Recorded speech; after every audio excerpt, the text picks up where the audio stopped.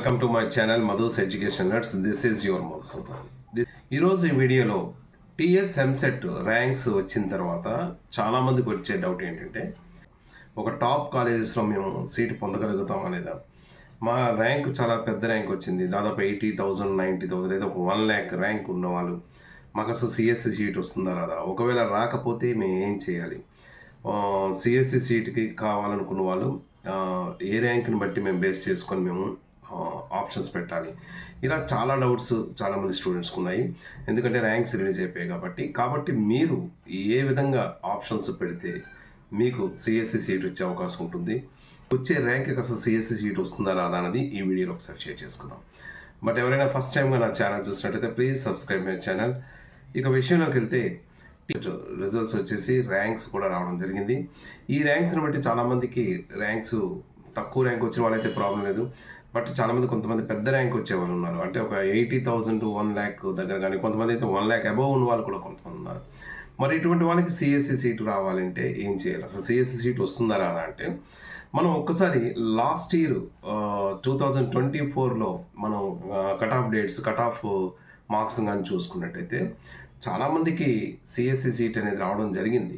కాకపోతే ఏంటంటే కాలేజెస్లో తేడా వచ్చింది.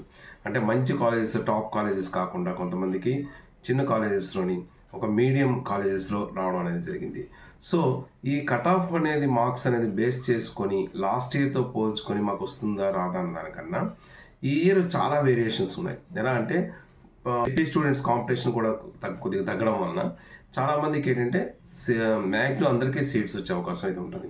అయితే ఈ వచ్చే సీట్స్లో సిఎస్సి వచ్చే అవకాశం ఎంతవరకు ఉంటుందని ఒక్కసారి మనం చూసినట్టయితే లాస్ట్ ఇయర్ కట్ ఆఫ్ మార్క్స్ని బట్టి చూసుకున్నట్టయితే మ్యాక్సిమం ఎవరైతే 30,000 to 40,000 మా ర్యాంక్స్ ఉండే వాళ్ళందరికీ కూడా మ్యాక్సిమం మంచి కాలేజెస్లోనే సీట్ వచ్చే అవకాశం అయితే ఎక్కువగా ఉంటుంది.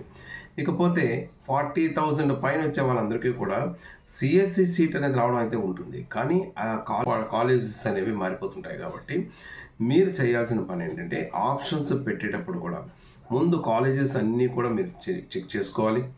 ఏ కాలేజెస్ బాగున్నాయి ఆ కాలేజెస్ అన్నీ ఒక లిస్ట్ అవుట్ చేసుకుని ఆ కాలేజెస్లో సిఎస్సి అనే కాకుండా సిఎస్సి రిలేటెడ్ బ్రాంచెస్ను కూడా ఉంటాయి.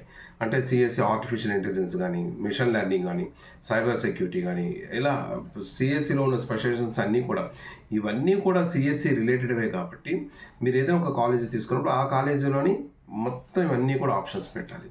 నెక్స్ట్ రెండో కాలేజీకి వెళ్ళి రెండో కాలేజీ కూడా ఆప్షన్స్ పెట్టడం వల్ల మీకు ఏ కాలేజీలోనైనా ఏ స్పెషలైజేషన్ సిఎస్సి రిలేటెడ్ అయినా వచ్చే అవకాశం అయితే ఉంటుంది.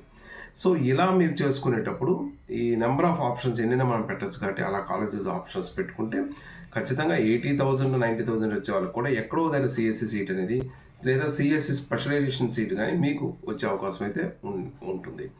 మీరు 80,000 మార్క్స్ వచ్చిన వాళ్ళైనా, 80,000 ర్యాంక్ వచ్చిన వాళ్ళైనా, 1,00,000 ర్యాంక్ వచ్చిన వాళ్ళైనా సరే సిఎస్సి అనేది లేదా సిఎస్సి కానీ లేదా సిఎస్సి రిలేటెడ్ స్పెషలైజేషన్ ఏదైనా సరే మీకు వచ్చే అవకాశం అయితే ఉంటుంది. కాకపోతే మీరు ఏ కాలేజీ వస్తుందో ఆ కాలేజీలో మీరు ఎలా ఉన్నాయి, అక్కడ కాలేజీలో ప్లేస్మెంట్స్ ఎలా ఉన్నాయి, అవన్నీ కూడా మీరు డెసిషన్ అనేది తీసుకొని దాన్ని బట్టి మీరు జాయిన్ అవ్వడానికి సిద్ధపడాలి. లేని పక్షంలో మీరు మళ్ళీ సెకండ్ కౌన్సిలింగ్లో మరొక ఆప్షన్స్లోకి మీరు వెళ్ళడానికి అవకాశం ఉంటుంది. ఇది ఈ వీడియోకి సంబంధించి. సో ఇంకా మీకు వచ్చే ర్యాంక్ని ఒకసారి కామెంట్ బాక్స్లో షేర్ చేయండి. దాన్ని బట్టి మీకు ఎంతవరకు అవకాశం ఉన్నదని కూడా ఒకసారి మనం చెక్ చేసి చెప్పవచ్చు. ఇది ఈ వీడియోకి సంబంధించి. దీనికి సంబంధించి ఇంకా మీకు ఏమైనా డౌట్స్ ఉన్నట్టయితే కామెంట్ బాక్స్లో షేర్ చేయండి. తప్పకుండా నాకు తెలిసిన ఇన్ఫర్మేషన్ మీకు ఇస్తాను. Thank you so much for your watching. This is your Madhusudan. Thank you.